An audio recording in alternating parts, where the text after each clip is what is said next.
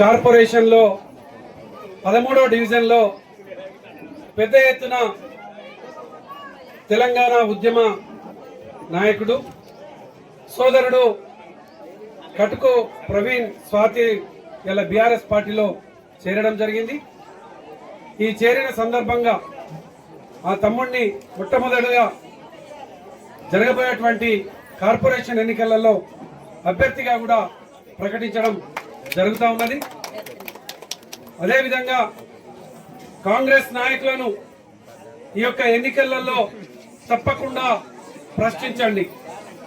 ఆనాడు ఎన్నికల సమయంలో అభయహస్తం పేరిట 2500 మహిళా సోదరులకు ఇస్తామని, 4000 రూపాయలు పెన్షన్ ఇస్తామని, స్కూటీలు ఇస్తామని, అదేవిధంగా కళ్యాణ లక్ష్మి తులం బంగారం ఇస్తామని హామీలు ఇవ్వడం జరిగింది.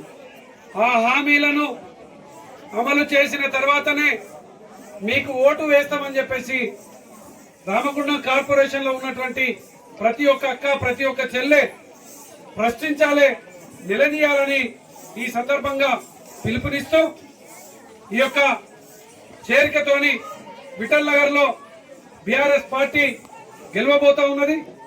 ఈ యొక్క కార్యక్రమంలో పాల్గొన్నటువంటి ప్రతి ఒక్కరికి కూడా హృదయపూర్వకమైనటువంటి ఉద్యమాభివందనాలు తెలియజేస్తూ ముగిస్తా ఉన్నాం.